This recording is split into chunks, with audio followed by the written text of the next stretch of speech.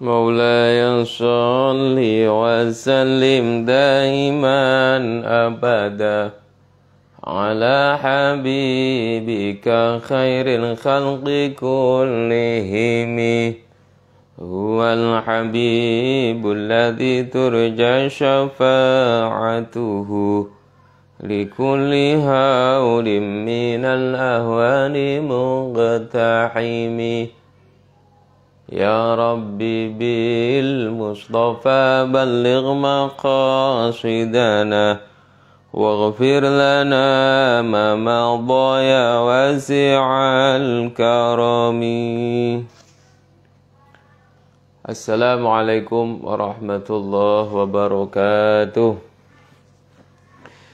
Liridaillahi ta'ala wa bisyafaati rasulillahi sallallahu alaihi wasallam wa ila hadratin nabil mustafa sayyidina Muhammadin sallallahu alaihi wasallam wa alihi wa ashabihi wa azwajihi wa dhurriyyatihi wa jami'i ikhwanihi minal anbiya'i wal mursalin wasyuhada'i wassalihin wal ulama al amilin wal musannifin al mukhlisin wa masyayikhina fid din wa likulli waliyin wa waliyah min masyariqil ardi ila magharibiha khususan ila musannif hadzal kitab Al-Habib Zain bin Ibrahim bin Zain bin Sumaid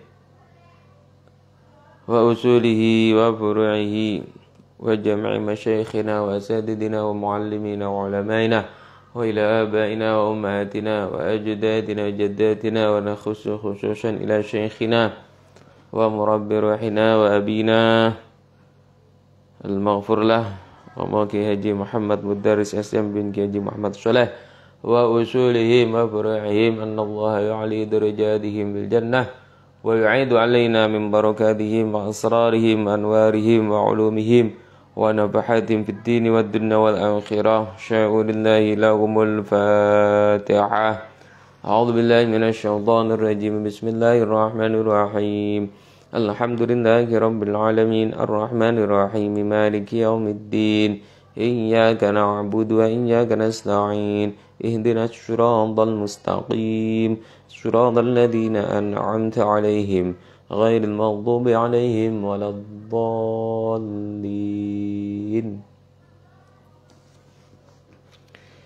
بسم الله الرحمن الرحيم.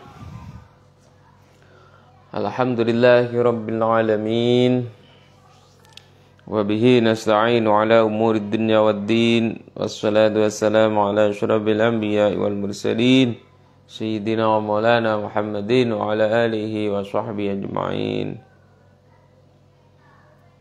قال المؤلف رحمه الله تعالى اللهم ونفعنا به وبعلومه وعاد علينا ببركته وعمدنا بأسراره في الدارين آمين يا رب العالمين.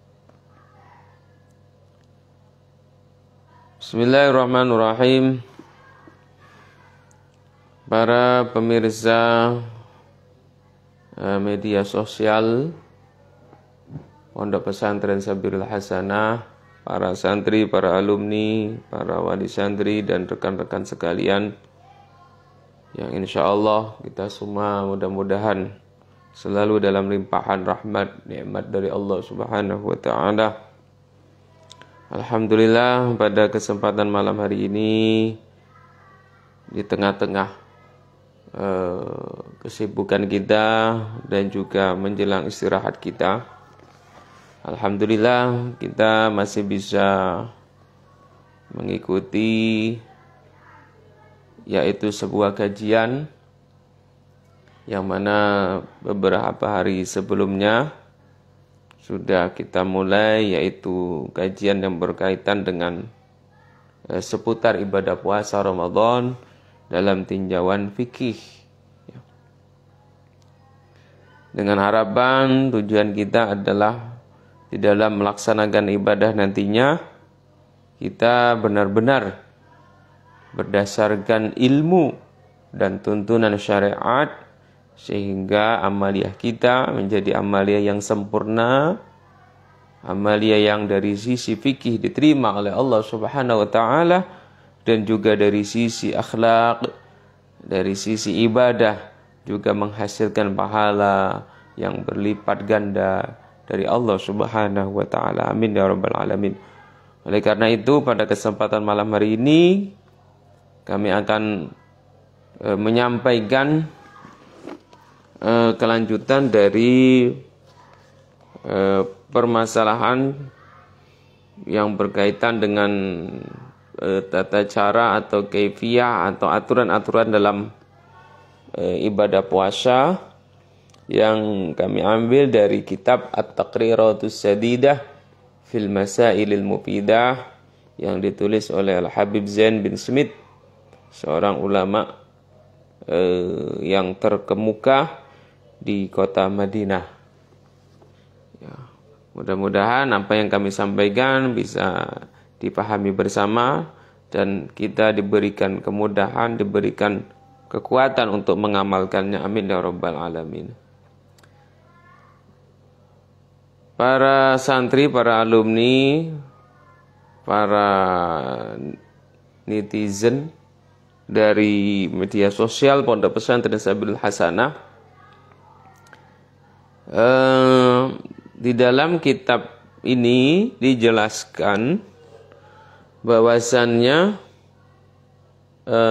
puasa itu ada 3 tingkatan. Ini diambil dari kitab Ihya Ulumuddin. Berarti ini tinjauan-tinjauan tasawuf, tinjauan akhlak ya. Sudah masuk kepada ruh dari ibadah itu. Qala al-Imam Abu Hamid Al-Ghazali Shahibul Ihya, yaitu kitab Ihya Ulumuddin. Imam Ghazali berkata, yang qasimu as-shaumu ila 3 aqsam. Puasa itu ada 3 bagian atau ada 3 tingkatan. Yang pertama shaumul umum atau disebut dengan shaumul awam. Ya. Wa huwa as-shaumu anil muftirati al-mubtilati lis-shaumi. Jadi puasa orang awam itu puasa menahan diri dari hal-hal yang membatalkan. Menahan dari makan, menahan dari minum, menahan dari berhubungan suami istri. Nah, itu ketika puasanya hanya dalam hal-hal seperti itu, berarti itu tingkatannya masih dalam kategori tingkatan yang pertama, yaitu shaumul awam. Puasanya orang awam. Nah, itu. Nah, ini yang banyak mungkin terjadi di kalangan masyarakat. Jadi puasanya hanya menjauhkan diri dari hal-hal yang bisa membatalkan. Oleh karena itu, puasa yang seperti ini ya puasa yang hanya menggugurkan kewajiban. Ya, tetapi dari sisi apakah puasanya itu dinilai di sisi Allah, apakah puasanya itu bermakna bagi dirinya, apakah puasanya itu benar-benar bisa mengendalikan hawa nafsunya, ya belum tentu, ya nanti dulu. Karena apa? Karena ya dia hanya puasa dari hal-hal yang membatalkan. Tetapi dari sisi akhlaknya mungkin belum diperhatikan. Nah, ini shaumul umum atau shaumul awam. Selanjutnya ada tingkatan yang kedua di atasnya yang disebut dengan shaumul khusus atau shaumul khawas, yaitu puasanya orang-orang yang khos, orang yang khusus. Ya. Jadi orang khusus ini berarti derajatnya sudah di atas orang yang awam ya. Mungkin kalangan kiai, kalangan asatidz atau kalangan ulama yang memang keilmuannya juga lebih dibandingkan orang awam, dan juga penghayatan amalnya juga lebih, dan juga keimanan dan ketakwaannya juga lebih. Sehingga puasa ini yaitu puasanya orang yang khusus.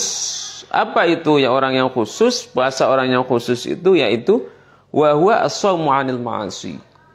Puasa menahan diri dari perbuatan maksiat. Jadi bukan hanya dia menahan makan, minum, lapar, haus saja, tetapi juga dia memperhatikan dirinya, perilakunya, anggota tubuhnya agar jangan sampai berbuat kemaksiatan atau berbuat hal-hal yang dilarang oleh Allah Subhanahu wa taala.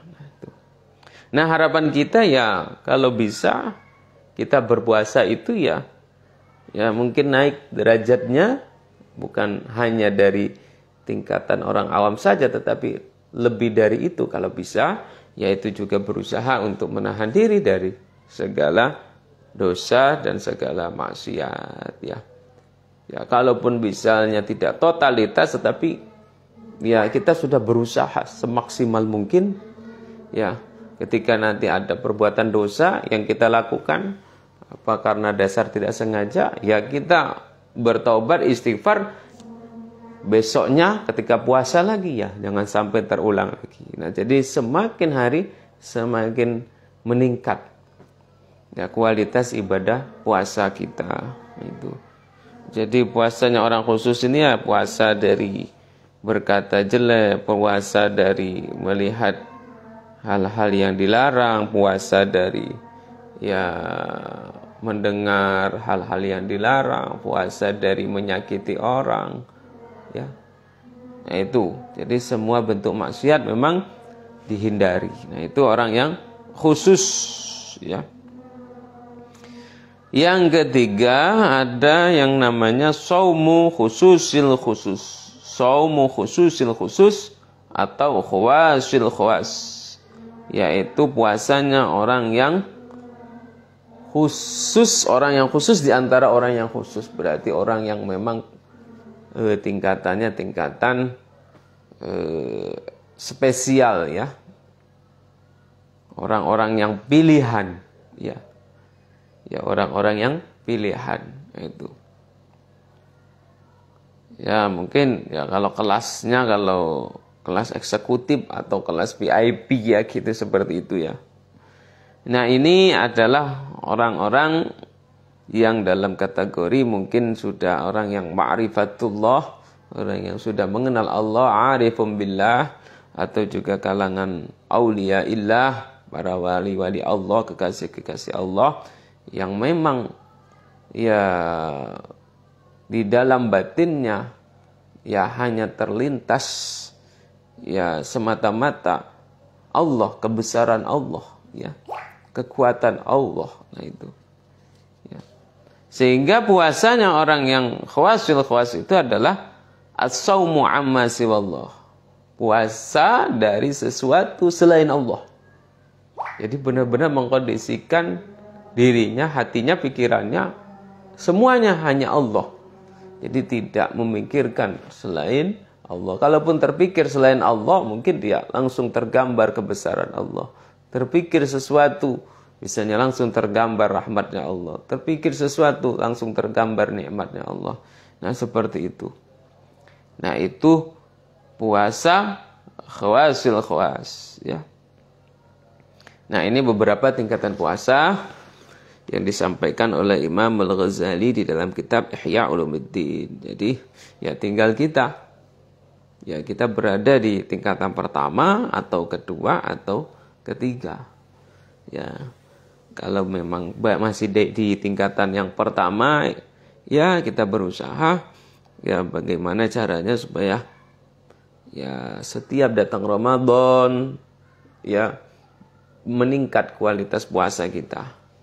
Ya, sedikit demi sedikit. Begitu juga hari-hari Ramadan, hari pertama, hari kedua, meningkat lagi kualitas puasa kita. Ya.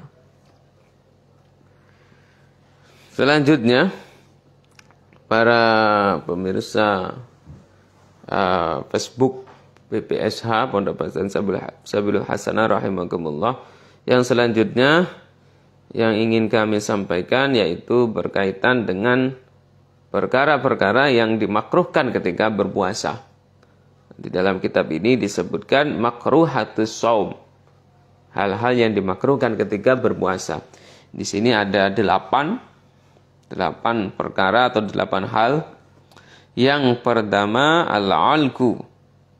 Al-alku itu ay madughu biduni ay yanfasila minhu syai'un ilal jawfi. Jadi makruh ya.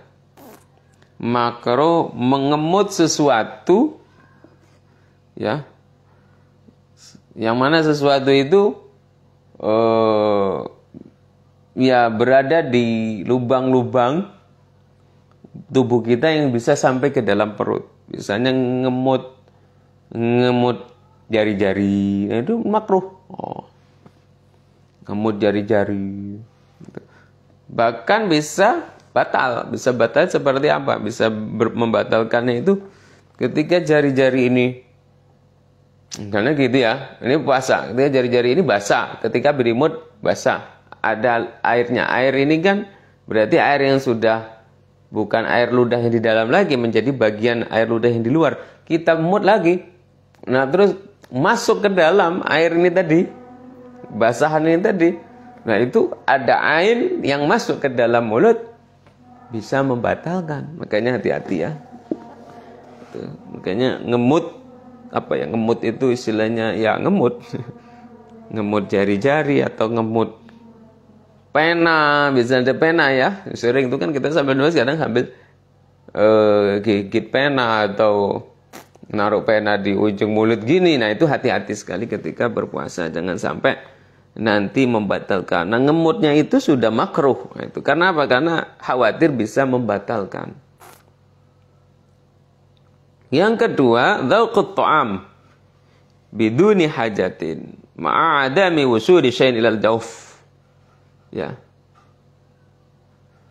menyicipi makanan. Nah, ini biasanya ini ibu-ibu atau mbak-mbak yang doyan masak misalnya di dapur. Nah, ketika lagi berpuasa ini mau ngetes masakan ini sudah terasa asin atau belum, nah gitu ya, sudah enak atau belum, misalnya itu dicicipin. Nah, ketika menyicipin itu makruh hukumnya. Ya, mencicipin itu makruh hukumnya. Nah, kalau sampai rasa itu tertelan, nah ini bisa batal. Makanya ya tindakan kita yang bagus seperti apa ya sudah, biar lebih ikhtiyat, hati-hati ya sudah, nggak usah dicicipin lah. Ya kira-kira aja mungkin. Atau ada yang keluarganya yang lagi tidak berpuasa misalnya, ya itu aja yang diminta tolong untuk menyicipi masakan ya. Nah, itu. Tapi kalau lagi kondisi sedang berpuasa semua ya sudahlah, dikira-kira aja lah masakan itu ya. Itu. Misalnya menjelang mau buka gitu ya. Sudah. Yang berikutnya yang ketiga ihtijam. Ihtijam itu bekam ya. Bekam orang yang teknik pengobatan yang mengeluarkan darah bisa lewat banyak caranya, bisa pakai ada alatnya untuk disedot, ada yang pakai semacam tanduk tanduk gajah atau tanduk itu ya. Pokoknya banyak metodenya bekam itu. Nah, itu ketika sedang berpuasa itu hukumnya makruh ya. Yang keempat, majjul ma'i ba'dal iftar. Nah, ketika berbuka itu kan seyogyanya, karena berkahnya orang yang puasa itu kan ini di mulutnya itu meskipun bau itu kan famusa imi atyabu minar rihi kan min rihil miski kan. Jadi mulutnya orang yang berpuasa itu lebih wangi daripada minyak misik kan. Nah, ketika air yang pertama diminum itu sebenarnya berkah ya. Sehingga harusnya ditelan. Sebaiknya ditelan. Mengapa? Karena berkahnya itu biar masuk ke dalam tubuh kita mengalir. Ya. Nah, kalau kok ketika itu disemburkan atau disemprotkan seperti kumur-kumur gitu, ya. Misalnya minum kumur-kumur, nah itu hukumnya makruh. Karena apa? Hilang berkahnya. Makanya bagusnya itu yang air minum, ya langsung aja telan aja, nggak apa-apa. Meskipun kondisi mulut kita lagi kering atau lagi baunya kurang sedap, misalnya kurang enak, misalnya, ya nggak apa-apa. Karena apa? Karena orang yang berpuasa itu bau mulutnya itu ya indallah ya, bagi Allah itu lebih wangi daripada minyak misik ya. Itu. Tapi indallah ya, itu di sisi Allah karena Allah yang tahu wanginya itu. Tapi bukan endan nas ya. Kalau endan nas ya yang namanya bau ya tetap bau. Makanya ketika puasa ya dijaga juga ya mulutnya ya. Jangan sampai ya terbuka di depan orang gitu ya. Itu.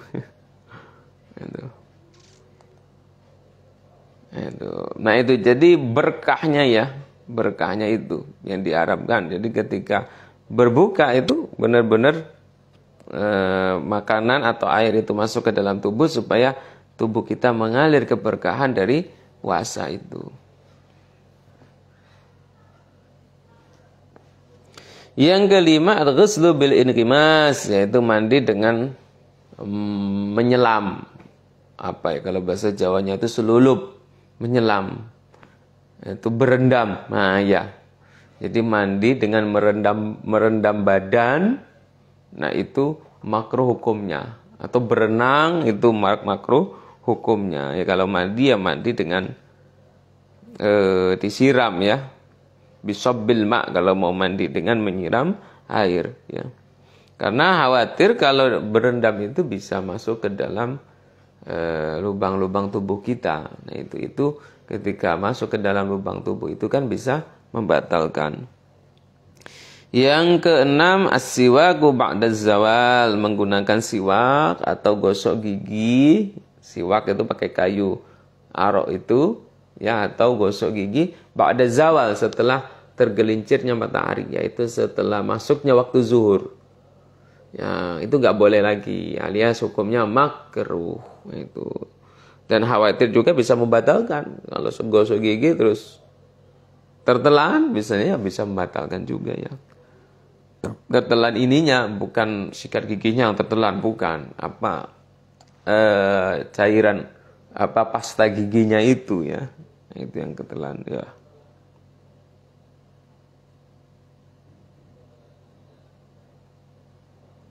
Yang selanjutnya, yang ketujuh, kathratu syaba'i wan naumi.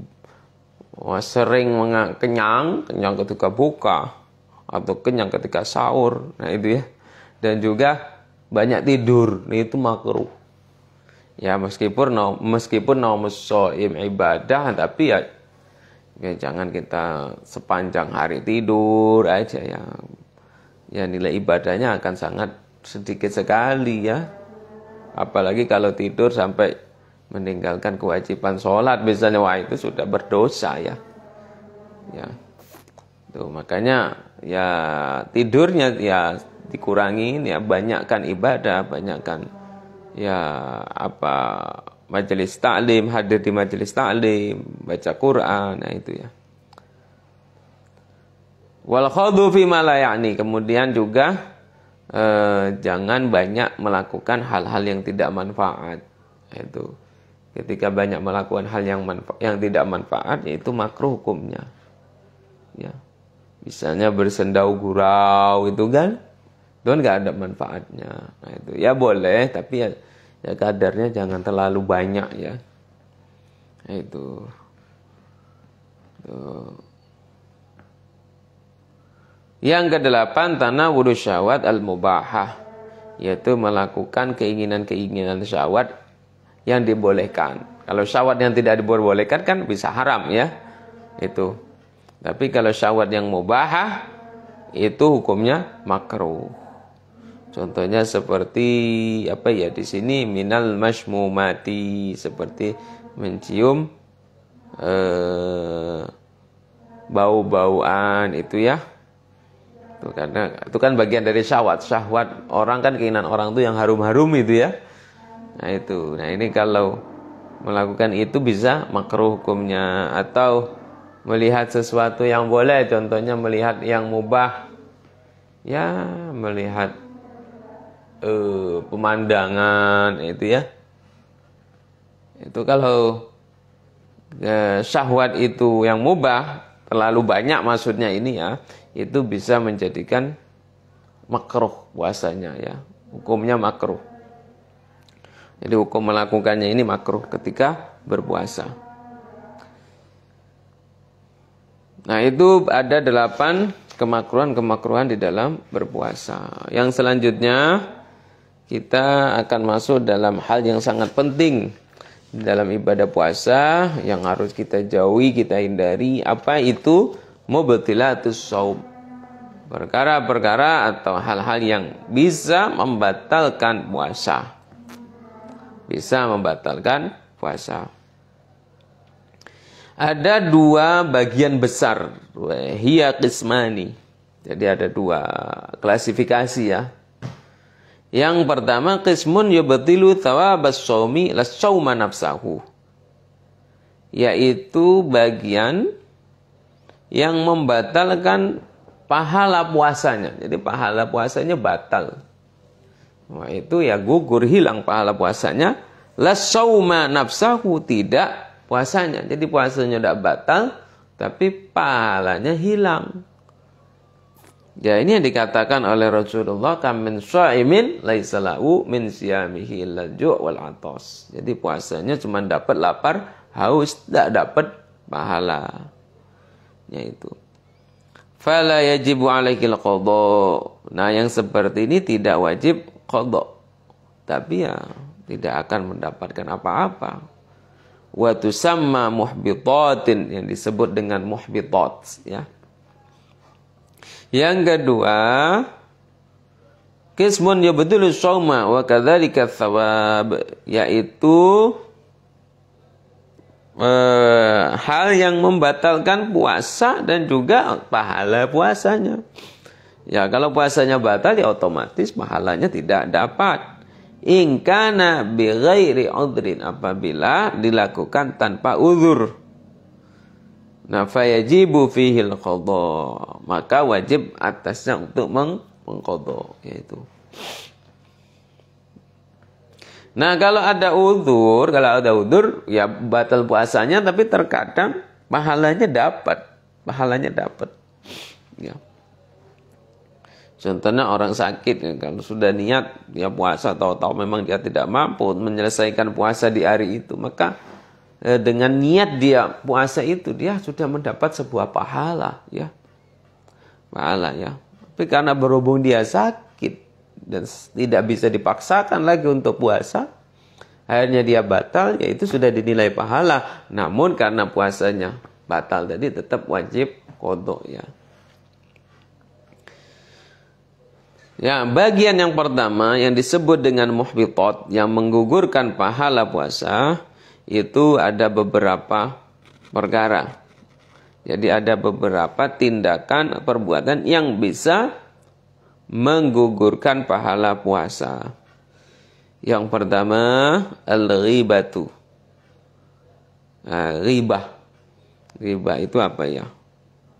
Bahasa Jawanya itu ngerasani. Rasan-rasan.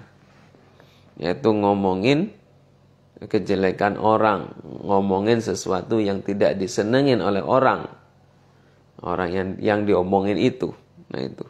Nah itu bisa menggugurkan pahala puasa, bisa membatalkan pahalanya puasa. Yang kedua, namimatu, adu domba. Ya.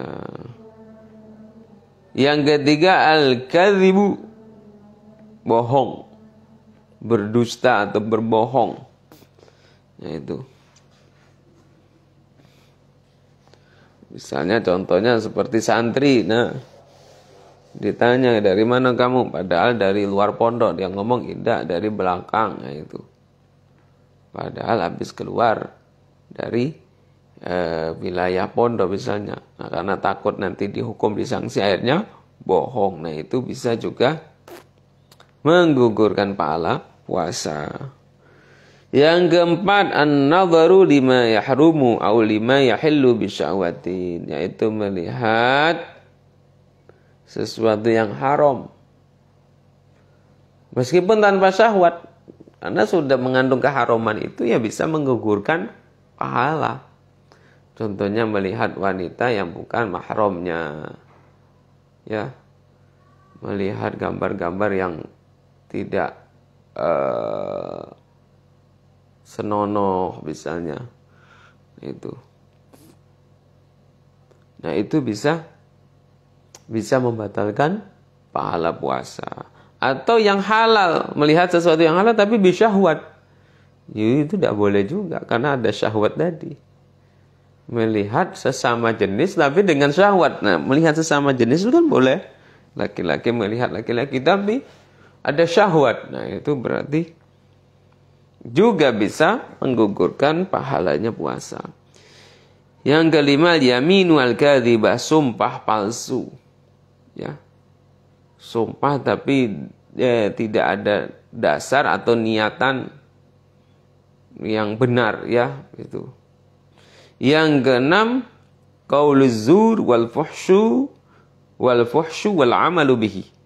Perkataan yang jelek, omongan yang kotor dan beramal atau melakukan kejelekan-kejelekan tersebut, yaitu misalnya ya kalau bahasa kita ngatain orang, ya ngejek orang atau ngomong yang kotor, yaitu ya keluar misalnya isi kebun binatang, yaitu yang tidak enak didengar misalnya. Nah itu juga bisa membatalkan pahala puasa. Yang kedua, al-qismu tsani al-muftirat wa yama yubtilu asl as-shaum. Nah itu baru yang kedua ini dari tinjauan fikih, yaitu perkara-perkara yang bisa membatalkan puasa.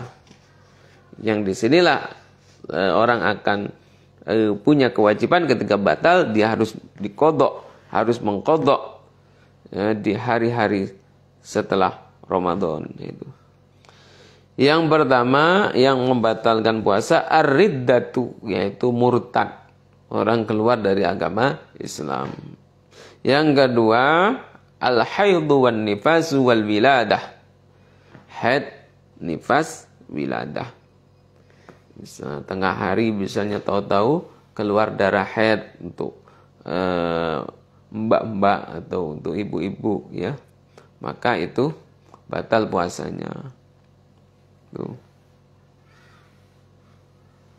Walau lahdatan minan nahar, walaupun hanya sebentar dari siang, misalnya di penghujung siang sudah mendekati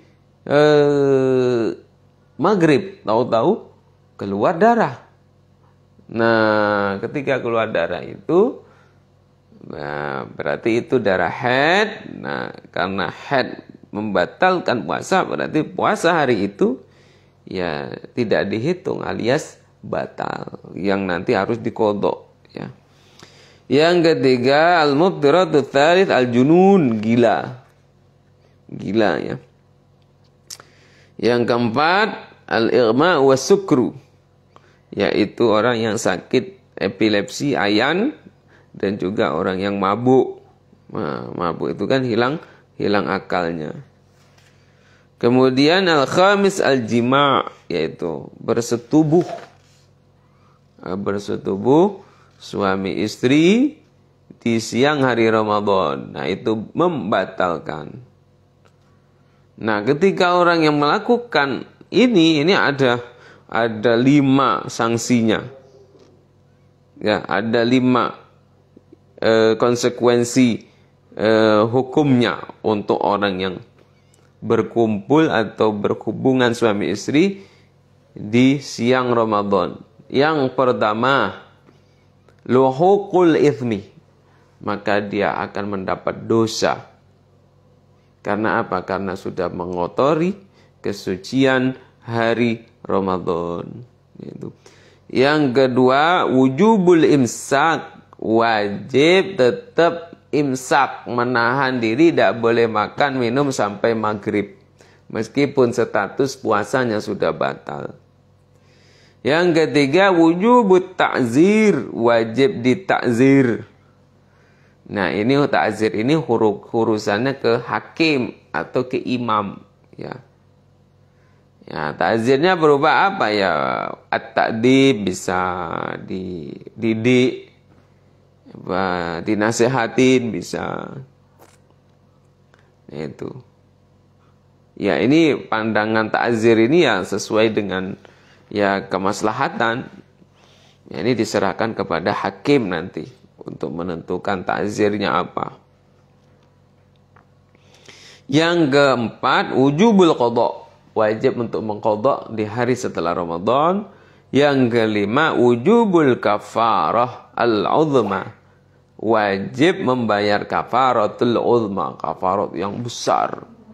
Apa kafaratnya itu? Ya, urutan kafaratnya pertama, memerdekakan budak. Nah, karena sekarang tidak ada budak lagi, berarti pindah ke urutan yang kedua, berpuasa 2 bulan berturut-turut, siyamu syahraini mutatabi'ain, ya. Jadi 2 bulan berturut-turut itu puasa. Dan sebagai kafaratnya, kafarat itu apa ya? Penebus dosa lah, ya, atau ya untuk sebagai sanksi, ya. Kalau tidak sanggup puasa berturut-turut, baru yang ketiga, it'amu sittina miskinan likulli miskin muddun. Itu. Memberi makan 60 orang miskin, 1 orang miskinnya itu 1 mud. Itu ya. Jadi 60 mud, tapi harus 1 mud untuk 1 orang miskin, 1 mud untuk 1 miskin. Itu.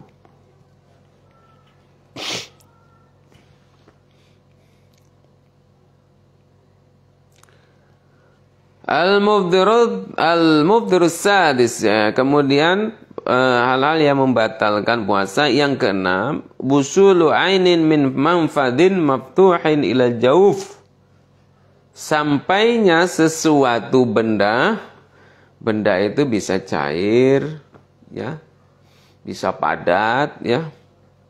Sampainya sesuatu benda min manfadin maftuhin, dari lubang tubuh yang terbuka. Lubang tubuh yang terbuka itu apa ya? Yang ya rongga-rongga yang di luar ini, ya, mulut, misalnya hidung, misalnya telinga. Nah, ini min manfadin maftuhin, masuknya sesuatu itu ila jauf, sampai ke bagian dalam tubuh. Itu contohnya misalnya ya tadi, makanan meskipun sedikit, kalau itu ada ainnya, misalnya seperti selilit ya selilit apa yang nyantol di gigi itu kalau habis makan, ya, dan kita tidak bersihkan dan tidak kumur-kumur, tahu-tahu kita rasakan ada sesuatu itu terus kita telan, nah itu bisa membatalkan. Itu atau air misalnya, nah, lagi berwudu tahu-tahu tersedot misalnya, itu juga bisa membatalkan. Makanya kondisi puasa itu harus hati-hati sekali, ya, hati-hati sekali, jangan sampai kita sembrono, ya, ceroboh, ya itu. Nah, wa kharaja bihi al-hawa. Nah, pengecualian dari ain yaitu udara. Nah, udara tidak masuk dalam sebutan ain, ya. Jadi kalau udara ya boleh saja masuk. Misalnya kita mencium bau wangi, misalnya mencium bau apa, itu masuk kan? Ada rasanya kan? Nah itu, ya nggak apa-apa. Fala yadurru wusulu hawain ilal jauf, maka tidak apa-apa masuk ke dalam rongga tubuh, ya.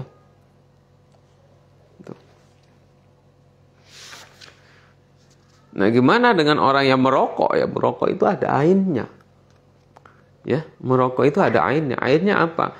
Ya, kalau udara itu yang bersih ya, yang tidak kelihatan warnanya. Tapi kalau sudah rokok itu kelihatan warnanya berupa asap itu ya, putih itu ya. Apalagi ya itu dengan begitu, dengan sengaja sekali kan dihisap itu ya. Ya, itu jelas membatalkan ya. Tuh.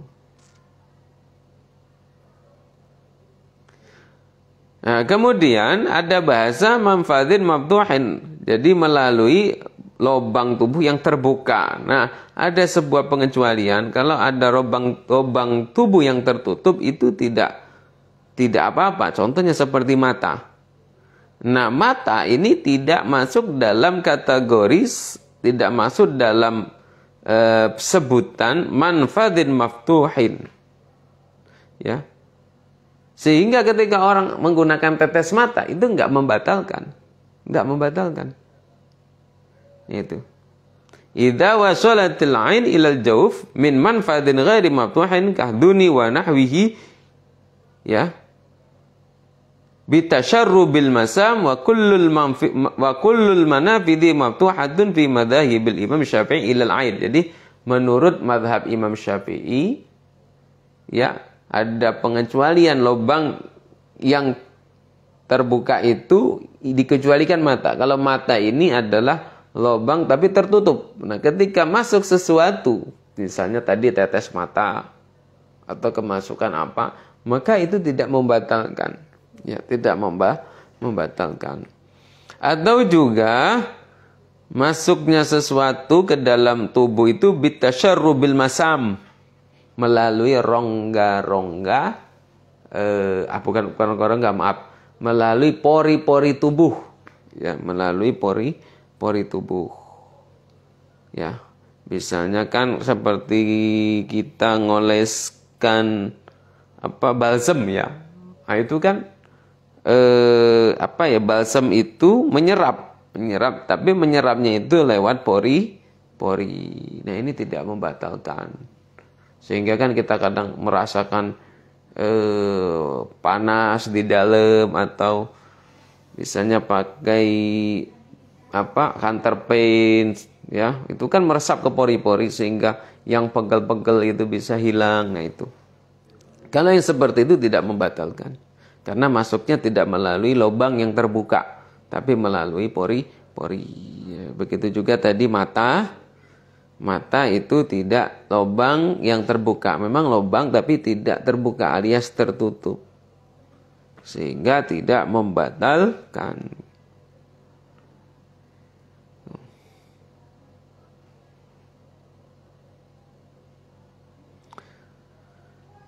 Selanjutnya ini hukum suntik ya, hukmul ibrah. Ya, hukmul ibrah. Jadi hukmul ibrah itu ada beberapa perincian ya, bahkan ada beberapa pendapat ya. Ibrah itu jarum ya, jarum suntik itu. Ketika suntik itu berarti kan memasukkan sesuatu cairan obat ke dalam tubuh. Nah, ini ada beberapa permasalahan. Yang pertama hukmul ibrah. Nah, kalau hukmul ibrah tajuzu lid-darurati. Ya, boleh kalau memang kondisi darurat. Ya, seperti sakit itu ya. Walakin ikhtalafu fi ibtaliha lis-shaumi ala taqwa. Tetapi ada 3 pendapat berkaitan dengan apakah membatalkan atau tidak. Fa fi qaulin innaha tubtilu mutlaqan li annaha wasalat ilal jawfi. Pendapat pertama mengatakan ibrah itu atau jarum itu bisa membatalkan secara mutlak. Jadi benar-benar pokoknya apapun jenisnya jarum, apapun tujuannya batal. Karena apa? Karena memasukkan sesuatu ke dalam bagian dalam tubuh. Pendapat yang kedua, wa fi qaulin innaha la tubtilu mutlaqan. Ya. Pendapat yang kedua, tidak membatalkan secara mutlak. Nah, jadi kalau disuntik itu pendapat yang kedua ini tidak batal. Ya. Mengapa? Li'annaha wasalat ila jawfi min ghairi manfadin maftuhin. Karena masuknya jarum suntik itu tidak melalui lubang tubuh. Tidak melalui mulut, tidak melalui hidung, itu tapi kan melalui misalnya tangan, misalnya lengan tangan, atau melalui pantat, ya, itu. Nah, itu tidak melalui lubang tubuh.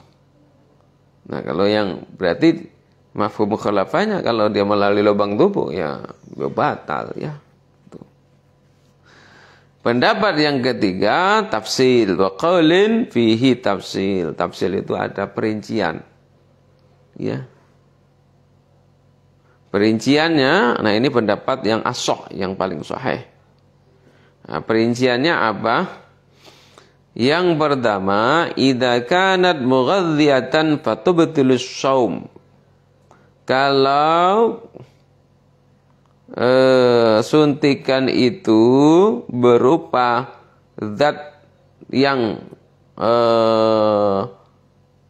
bagian dari makanan, tujuannya untuk berupa makanan atau asupan gizi, bukan obat, ya, bukan obat, ya, berupa jenis makanan seperti apa ya, infus, gitu ya.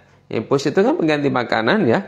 Fatubtilus shaum, maka membatalkan puasa. Nah, kalau bukan berupa makanan, kalau bukan berupa makanan, maka ada dua kemungkinan. Ya. Ada dua kemungkinan. Idza kana fil uruqil mujawwafah wa hiyal auridah fatubtilu. Ya. Kalau dia melalui urat-urat yang terbuka, ya, maka bisa membatalkan. Nah, tapi kalau melalui otot fil adli, ya, maka tidak membatalkan. Ya, contohnya berarti impus itu, ya. Kalau impus itu, kalau menurut pendapat yang ketiga ini membatalkan. Tuh, bisa membatalkan.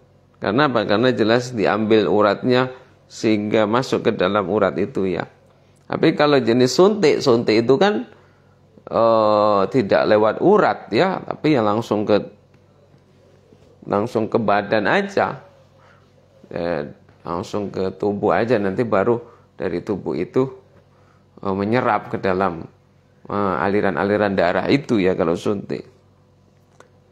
Jadi kalau menurut pendapat yang ketiga ini bisa disimpulkan dengan kondisi yang ada, yaitu kalau seperti infus itu membatalkan.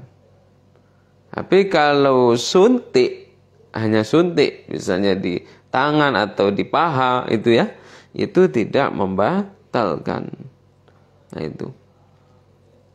Nah, itu. Jadi ada 3 pendapat, batal secara mutlak.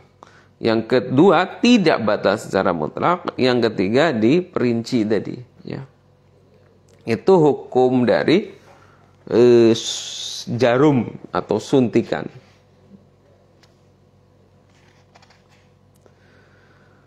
Selanjutnya hukum dari nukhamah. Nukhamah itu, ya, apa ya? Dahak bulgham. Ya, wa mithwal bulgham. Dahak riak yang ada di tenggorokan kita ini kan. Itu hukumnya gimana? Yang mungkin kalau kondisi kita lagi pilek, ya. Nah, itu bisa juga ini nukhamah ini apa ya, kayak lendir, ya, di rongga hidung itu gimana hukumnya? Nah, ini ada beberapa perincian. Yang pertama, idza wasalat haddadz zahir fabatalaha badala shaumuhu. Kalau nukhamah itu lendir yang dari tenggorokan atau dari hidung itu keluar ke batas zahir kemudian ditelan, maka bisa batal puasanya. Nah, batas zahir itu apa? Nah, ini batas zahirnya. Wa haddul zahir untuk nukhamah. Haddul zahirnya untuk nukhamah, untuk lendir tadi. Makhraju harfil kha. Jadi makhrajnya huruf kha. Nah, ini sudah bagian luar. Jadi kalau ada lendir sampai ke makhraj huruf kha, ini harus dibuang lendir itu. Jangan ditelan. Kalau ditelan bisa batal. Ya. Kalau ditelan bisa batal, ya. Itu. Nah, kalau masih di dalam batin, misalnya masih di, kalau makhraj ha itu masih batin, karena ha itu kan aqsal halqi, ya. Kalau yang kha itu mohon maaf, kalau ha itu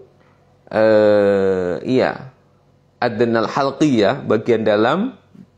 Kalau yang kha itu aqsal halqi, ujung tenggorokan.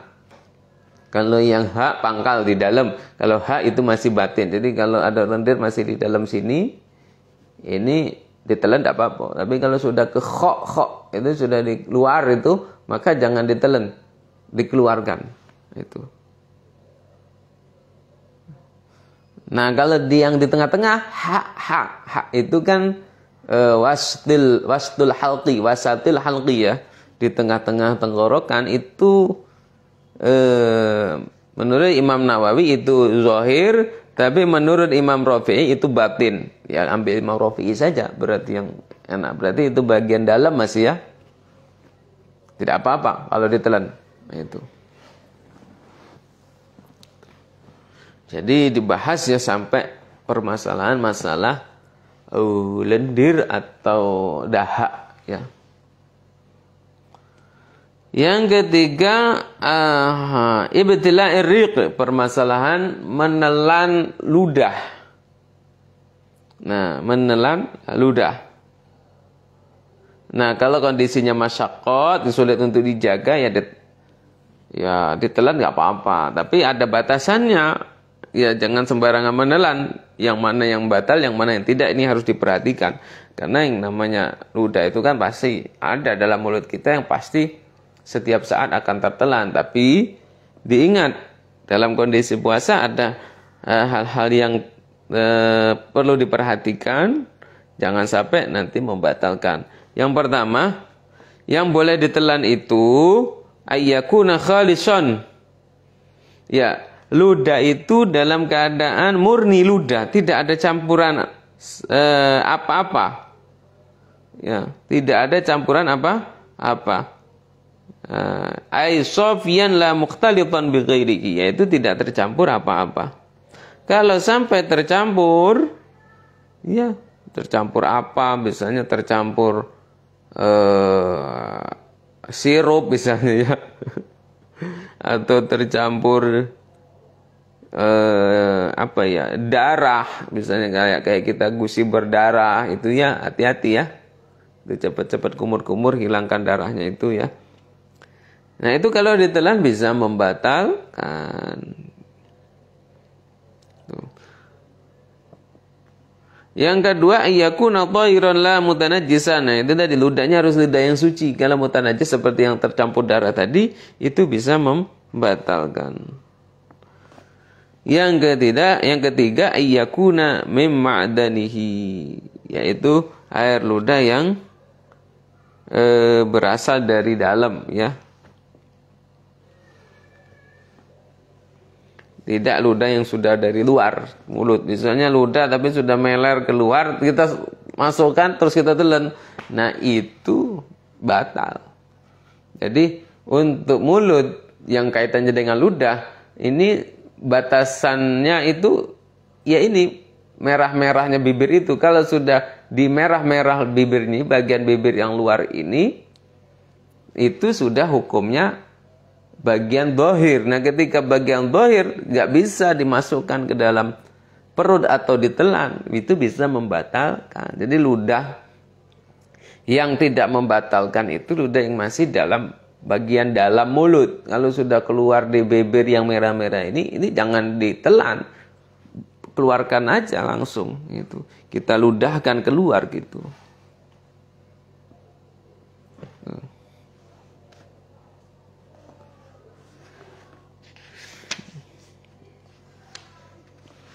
Nah, itu beberapa hal yang berkaitan dengan ludah. Kemudian tadi apa? Dahak, riak ya. Nah, selanjutnya hal yang membatalkan puasa yang ke berapa tadi? Tadi itu yang keenam yang barusan dibaca. Sekarang yang ketujuh. Yang ketujuh itu al-muftir as-sabi' al-istimna, yaitu istimna. Istimna itu apa? Mencari kenikmatan. Mencari kenikmatan apa ya? Ya mohon maaf ya kalau bahasanya itu onani ya. Nah, untuk laki-laki atau masturbasi untuk perempuan itu enggak boleh ya. Itu bisa membatalkan puasa, yaitu. Jadi istimna'u itu ai talabu khurujil mani, yaitu mengeluarkan mani tapi dengan disengaja. Nah itu batal puasanya itu. Yang ke-8 al-istiqa. Al-istiqa itu menyengaja keluar muntah. Jadi muntah dengan disengaja itu juga bisa membatalkan. Ya.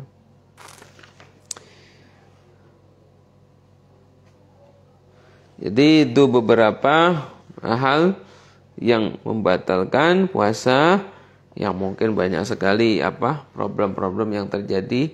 Ya, kalau ada pertanyaan monggo bisa ditanyakan, dan kalau memang tidak bisa spontan langsung kami jawab, mungkin bisa nanti di kesempatan yang lain atau melalui jawaban via komen di Facebook itu ya bisa kita susulkan jawabannya. Karena untuk urusan hukum, menjawab hukum itu memang terkadang kita membutuhkan ibarat-ibarat atau ta'bir-ta'bir dari ya kitab-kitab yang muktabar ya, terutama kitab-kitab dari ya ilmu fikih itu sendiri. Ya, kemudian di sini juga ada dibahas hukmul qublah, hukum mencium. Ini mencium ini. Terus misalnya ada pengantin baru ya, mencium istrinya, itu hukumnya gimana? Ya tahrumu idza kana tuharrikus syahwatah. Jadi haram kalau bisa membangkitkan syahwatnya. Bisa haram ya. Wa amma idza lam tuharrik syahwatah fa khilaful aula. Kalau tidak membangkitkan syahwat maka khilaful aula. Khilaful aula itu ya sederajat dengan makruh lah ya. Jadi tidak batal tapi ada haramnya kalau sampai syahwat.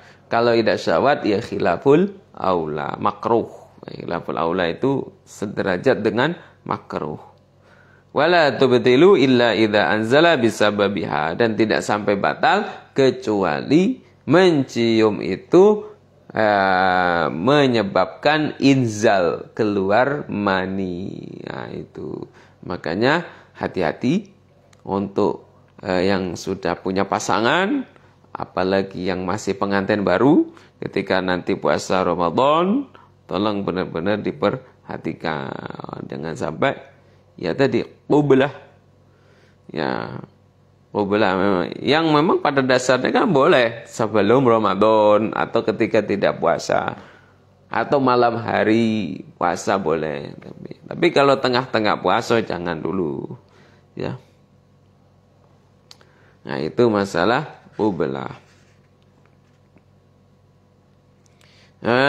Kemudian ada juga ini dibahas tentang hukmu dukhulil ma' athna al-ghusli ila jawfihi biduni ta'ammudin lis-sha'im. Jadi bagaimana hukumnya masuknya air ke lubang tubuh Ya, misalnya masuk air ke telinga dan tanpa disengaja ketika mandi. Nah, itu gimana? Tengah-tengah mandi, tahu-tahu masuk banyu ke telinga. Nah, itu. Maka ini ada perincian fihi tafsil. Idza kana al-ghuslu ma'muran bihi masyru'an fardhan ka ghusli janabatin aw sunnatan ka ghusli jum'atin fala yabtulu shaum. Kalau tidak sengaja ini ya. Nah, tidak sengaja tahu-tahu dia mandinya itu mandi yang ini, mandi yang dengan menyiram, tidak sengaja tahu-tahu masuk ke kuping, terus mandinya mandi yang memang disyariatkan, mandi wajib atau mandi untuk sholat Jumat. Nah, ini mandi yang disyariatkan atau mandi untuk apa misalnya ya? Misalnya apa? Gerhana, misalnya kan untuk sholat gerhana misalnya. Nah, itu karena ini ada syariatnya, syariat wajib maupun syariat yang sunnah. Kalau dia mandi dengan disiram tahu-tahu masuk ke dalam telinganya tanpa disengaja, maka tidak batal. Tapi idza kana al-ghuslu ghaira ma'murin bihi ghaira masyru' ka ghusli tabarrudin aw tanzifin fa yabtulu shaum. Jadi kalau mandinya itu mandi yang tidak ada syariatnya, alias mandi yang hanya untuk menyegarkan badan, mandi untuk membersihkan badan, terus masuk ke telinga kita dengan tidak sengaja, ya tetap batal. Tetap batal. Makanya hati-hati kalau mandi. Hati-hati kalau mandi. Oh, mungkin tidak usah nak banyu disiram dari pala itu. Tidak usah, mungkin badan baik. Nah, yang mukanya ini ya cukup diusap raup gitu ya, dibasuh ya. Itu mungkin untuk kehati-hatian kita. Nah, itulah beberapa ketentuan-ketentuan yang perlu kita perhatikan di dalam menjalankan ibadah puasa. Ya, harapan kita semoga amaliyah ibadah puasa kita benar-benar menjadi ibadah yang berkualitas ya, dari sisi syariatnya, aturan fikihnya, dan juga dari sisi akhlak tasawufnya ya, dari sisi penghayatan ibadahnya, kemudian dari sisi kita mengisi hari-hari puasa kita, hari-hari Ramadan kita dengan memperbanyak ibadah.